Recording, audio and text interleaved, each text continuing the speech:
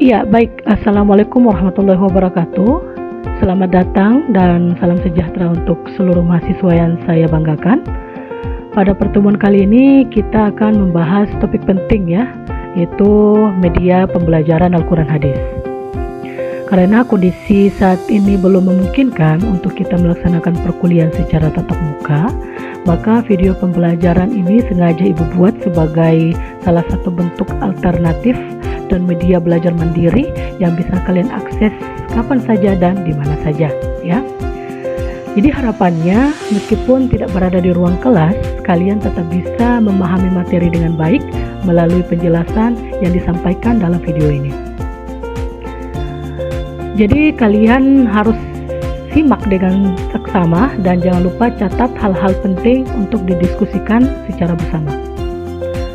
Semoga pembelajaran ini bermanfaat dan bisa menambah wawasan kalian, terutama dalam memahami pentingnya peran media dalam menyampaikan pesan-pesan suci Al-Quran dan hadis kepada peserta didik.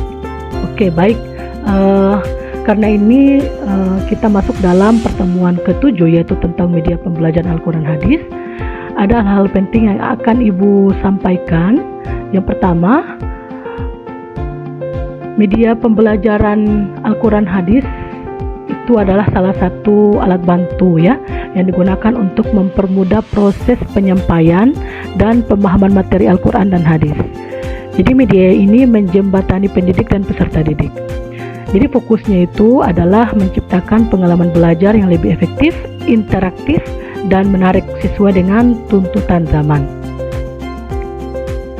Selanjutnya adapun tujuan penggunaan media, ada 4 ya tujuan penggunaan media. Yang pertama itu meningkatkan pemahaman. Meningkatkan pemahaman di sini yaitu memvisualisasikan konsep abstrak dan peristiwa sejarah Al-Quran hadis. Yang kedua, meningkatkan keterlibatan. Jadi meningkatkan keterlibatan ini seperti mendorong partisipasi aktif peserta didik dalam proses pembelajaran. Oke. Yang ketiga, di sini ada efisiensi waktu, yaitu mempercepat penyampaian materi dan memperkuat retensi informasi. Dan yang keempat, variasi metode. Jadi menyediakan beragam pendekatan untuk memenuhi gaya belajar yang berbeda. Selanjutnya ada jenis-jenis media pembelajaran. Ada 4 ya, di sini ada jenis-jenis media pembelajaran. Yang pertama yaitu media pembelajaran visual. Jadi media pembelajaran visual itu lebih mengandalkan indera penglihatan seperti gambar, infografis, dan teks. Yang kedua, jenis media pembelajaran audio ya, lebih mengarah ke suara ya, yaitu mengandalkan indera pendengaran seperti rekaman, ceramah, dan murotal. Yang ketiga, ada audio visual. Jadi audio visual ini gabungan penglihatan dan pendengaran seperti video, film dokumenter ya. Dan yang terakhir adalah interaktif. Interaktif ini melibatkan partisipasi aktif. Jadi itu digunakan dalam bentuk aplikasi seperti kuis online, simulasi ya. Oke. Selanjutnya media visual. Jadi media visual sini seperti ya ada beberapa hal yang mengarah ke media visual seperti papan tulis atau whiteboard. Ini salah satu media klasik ya untuk tujuannya apa? Jadi tujuannya untuk menuliskan ayat, hadis, dan penjelasan. Jadi lebih fleksibel dan mudah diakses. Dan yang kedua, poster dan bagan. Jadi poster dan bagan ini menampilkan ringkasan materi, peta konsep, atau ilustrasi kisah-kisah dalam Al-Quran dan hadis. Ada flashcard juga. Jadi flashcard ini kartu bergambar atau bertuliskan kosakata Arab, ayat pendek atau intisari hadis untuk hafalan dan pengulangan. Ya, dan terakhir ada infografis. Infografis itu menyajikan data ya. Menyajikan data sebentar ya. Jadi menyajikan data atau informasi kompleks dalam format visual yang menarik dan mudah dicerna, seperti silsilah perawi atau kronologi wahyu. Itu untuk media visual. Kemudian ada media audio. Jadi media audio ini memanfaatkan indera pendengaran untuk menyampaikan pesan. Sangat efektif ya untuk materi yang berkaitan dengan pelafalan, irama, dan narasi lisan. Jadi ada juga bentuk-bentuk media audio, ada 3 ya di sini. Yang pertama itu seperti rekaman murotal. Rekaman murotal itu seperti mendengarkan pembacaan Al-Quran dengan tajwid yang benar untuk memperbaiki pelafalan kita. Yang kedua ada ceramah audio. Ceramah audio ini berupa penjelasan mendalam tentang tafsir ayat atau syarah hadis oleh ulama terkemuka. Dan yang terakhir ada podcast pembelajaran. Ya, ini juga salah satu bentuk media audio, yaitu seri diskusi tematik ya mengenai berbagai aspek dalam Al-Quran dan hadis. Oke, selanjutnya ada media audio visual. Jadi ini gabungan antara audio dan visual yang memberikan pengalaman belajar yang imersif dan komprehensif. Video pembelajarannya itu menampilkan animasi, simulasi, atau film dokumenter tentang kisah Nabi, peristiwa sejarah Islam, atau penjelasan tafsir Al-Quran dan hadis. Dan yang kedua ada film dokumenter.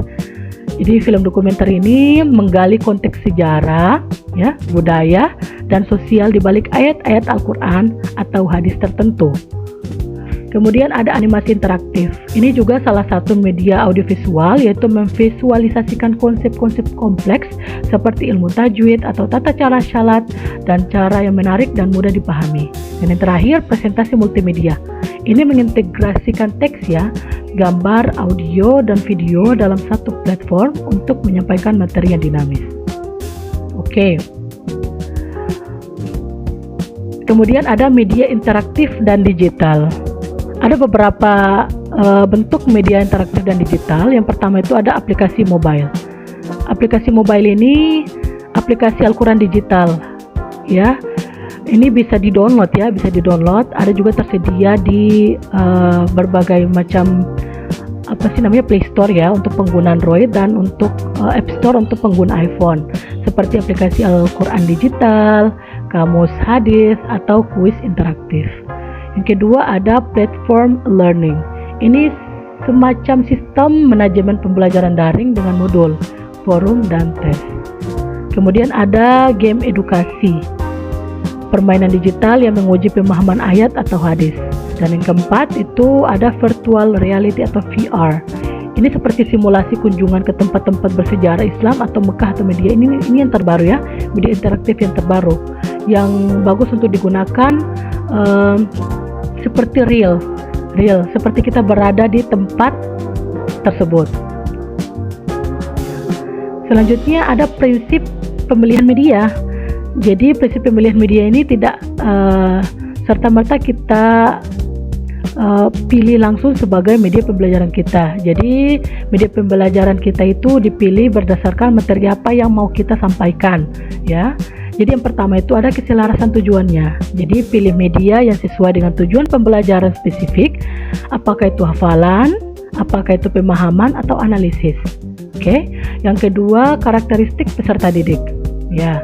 Jadi biasanya karakteristik memiliki diversity of student, ya. Beda-beda pemahaman atau beda-beda tingkat kecakapannya, ya, dilihat dari pertimbangan usia, gaya belajar, dan tingkat pemahaman audiens. Media harus relevan dan menarik bagi mereka. Oke, yang ketiga, ketersediaan sumber daya. Jadi pastikan media yang dipilih mudah diakses dan didukung oleh fasilitas yang memadai, baik secara teknologi maupun anggaran. Dan yang keempat, relevansi materi. Relevansi materi ini, media harus secara langsung mendukung penyampaian materi Al-Quran, hadis, tidak hanya sebagai pelengkap semata. Oke. Adapun tantangan dan solusi. Jadi ada tantangan ya, dan ada juga solusi atau strategi yang perlu diketahui. Tantangannya yang pertama yaitu keterbatasan infrastruktur, ya. Jadi akses terbatas ke internet atau perangkat digital ke beberapa daerah. Oke, yang kedua ada kompetensi pendidik. Jadi kebutuhan pelatihan bagi pendidik untuk menguasai penggunaan media baru, karena kebanyakan pendidik-pendidik sekarang ini ada juga yang mengetahui media pembelajaran sekarang ya, dan ada juga yang sebagian pendidik yang masih menggunakan media pembelajaran konvensional atau media pembelajaran yang masih bersifat dulu. Oke. Kemudian ada juga pengembangan konten. Kurangnya konten media pembelajaran Al-Quran hadis yang berkualitas dan relevan. Dan yang terakhir ada distraksi digital. Risiko peserta didik teralihkan oleh fitur non-edukatif pada perangkat digital. Gitu. Jadi selain mereka menggunakan gadget untuk pembelajaran materi Al-Quran hadis, ada juga namanya distraksi. Distraksi itu seperti mengalihkan kita ke hal-hal yang lain. Karena misalkan di dalam gadget HP ya, selain kita belajar pasti ada distraksi, mungkin kita membuka aplikasi yang lain seperti Facebook, TikTok dan lain sebagainya. Itu membuat kita distraksi atau jauh lagi dan melupakan apa yang kita lakukan sebelumnya. Ya, adapun solusi ya, atau strategi yang harus kita ketahui atau tips-tipsnya ya. Yang pertama ada peningkatan akses, jadi ada penyediaan hotspot, wifi atau perangkat pinjaman. Yang kedua ada pelatihan berkelanjutan ya untuk kompetensi pendidik ini, seperti program pengembangan profesional bagi guru dan dosen. Kemudian untuk ada pengembangan konten ya, tantangannya solusinya itu apa? Kolaborasi konten, itu mengandeng pakar dan lembaga untuk menciptakan media edukatif. Ya. Kemudian ada regulasi penggunaan. Ya, ini mengembangkan pedoman untuk memaksimalkan manfaat media digital. Ada tantangan ya, dan ada juga solusi atau strategi yang perlu diketahui. Tantangannya yang pertama yaitu keterbatasan infrastruktur. Ya, jadi akses terbatas ke internet atau perangkat digital ke beberapa daerah. Yang kedua ada kompetensi pendidik.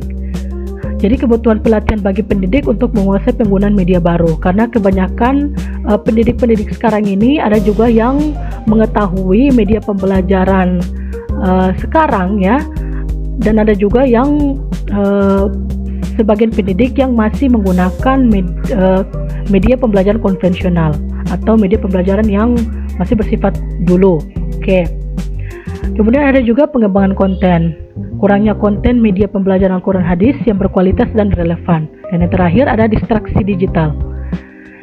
Risiko peserta didik teralihkan oleh fitur non-edukatif pada perangkat digital. Gitu. Jadi selain mereka menggunakan gadget untuk pembelajaran materi Al-Quran hadis, ada juga namanya distraksi. Distraksi itu seperti